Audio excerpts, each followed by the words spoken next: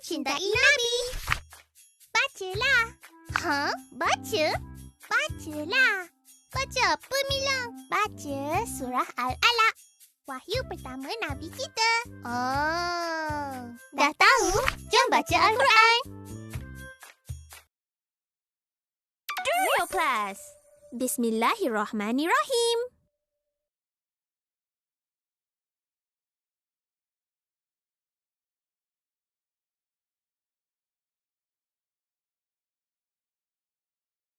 Assalamualaikum. Dalam episod lepas, kita dah dengar kisah Nabi Muhammad sallallahu alaihi wasallam sebagai seorang pedagang. Episod kali ini akan menceritakan kisah kejayaan baginda sebagai pedagang sehinggalah Allah Subhanahu Wa Taala menemukan Nabi Muhammad sallallahu alaihi wasallam dengan seorang yang sangat istimewa. Jom dengar episod 7, kisah wanita pertama.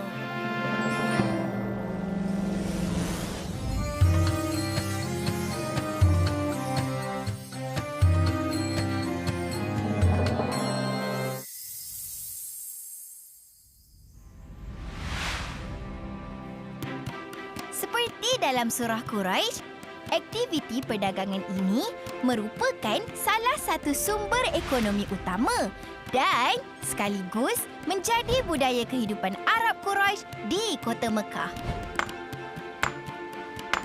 Nabi Muhammad sallallahu alaihi wasallam menjadi contoh pedagang terbaik untuk kita.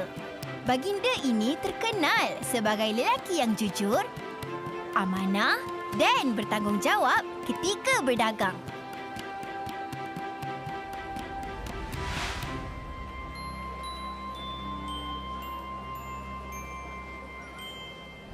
Dalam masa yang sama, ada seorang wanita bangsawan berketurunan dari Bani Asad, iaitu salah satu suku Quraisy yang dimuliakan di Mekah. Wanita ini juga ialah seorang pedagang yang kaya raya. Beliau menggunakan hartanya bagi mengupah beberapa orang lelaki untuk menjalankan perniagaan beliau. Mari beli, mari beli, mari beli. Hasilnya lumayan. Suatu hari, wanita mulia ini mendapat tahu mengenai seorang pedagang yang berkata benar, amanah dengan peribadi yang mulia. Tidak lain dan tidak bukan, pedagang ini ialah Nabi Muhammad sallallahu alaihi wasallam. Wanita mulia ini kemudian pergi berjumpa dengan Nabi Muhammad dan menawarkan kepada baginda satu tawaran untuk berniaga di Syam dengan modal wang perniagaan yang besar. Nabi Muhammad sallallahu alaihi wasallam pun menerima tawaran wanita tersebut dengan baik. Kalau semua nak tahu, baginda dilantik sebagai pengurus, bukan sebagai orang suruhan. Nabi Muhammad kemudian keluar berdagang dengan barang dagangan milik wanita tersebut. Nabi Muhammad sallallahu alaihi wasallam turut ditemani seorang pekerja lelaki bernama Maisarah.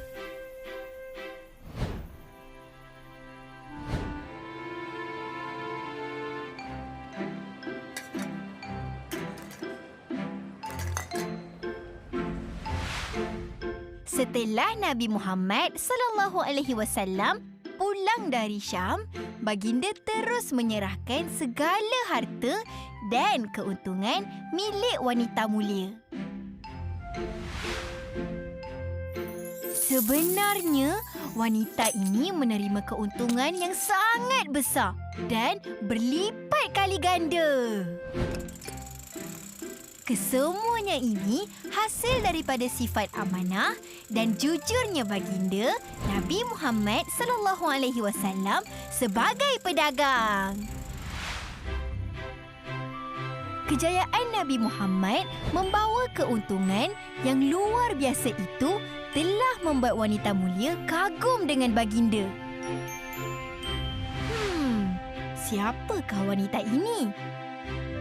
Namanya ialah Khadijah binti Khuwailid.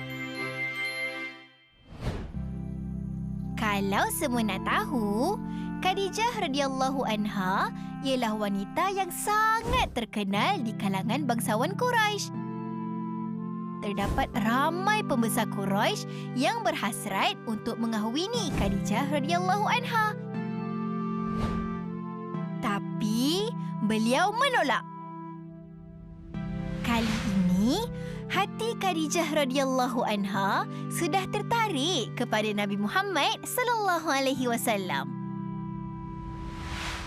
Maka Khadijah radhiyallahu anha menyampaikan hasratnya untuk mengahwini Nabi Muhammad sallallahu alaihi wasallam melalui sahabat baiknya, Nafisah.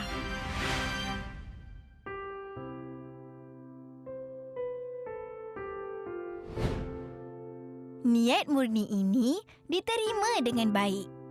Lalu datanglah Abu Talib dan rombongan bagi meminang Khadijah radhiyallahu anha untuk Nabi Muhammad sallallahu alaihi wasallam.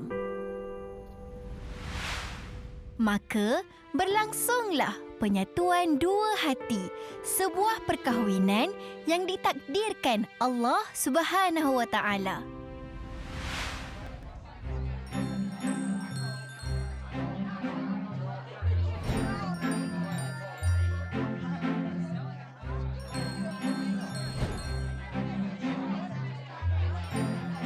Abu Talib memberi ucapan, "Hadirin semua, Muhammad ini istimewa dari segi kemuliaan, kehebatan dan kecerdikan, walaupun tanpa harta yang melimpah ruah." Amr bin Asad membalas, "Muhammad ini lelaki yang terbaik untuk dikahwini, tiada cacat cela." Sesungguhnya, harta dan kekayaan hanyalah pinjaman. Yang utama, dua hati yang saling menyayangi. Kemudian, Amr bin Asad pun menikahkan Khadijah binti Khuwailid dengan Nabi Muhammad bin Abdullah berserta mas kahwinnya iaitu 20 ekor unta.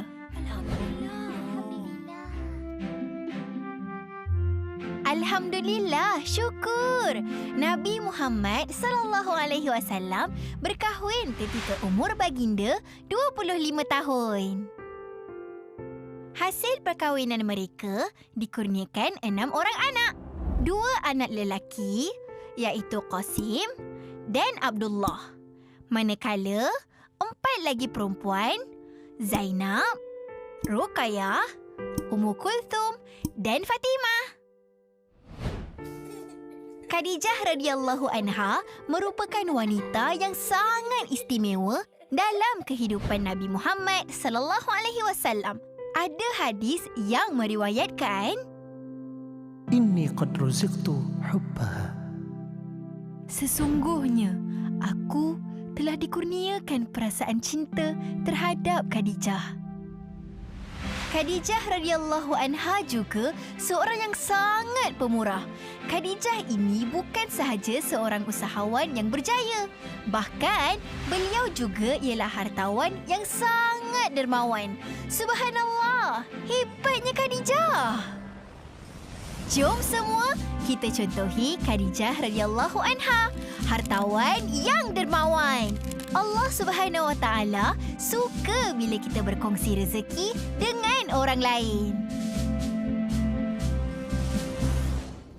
Pada suatu hari, berlaku pergelutan di antara kaum Quraisy. Apakah sebenarnya yang telah terjadi? Tenantikan di episod akan datang.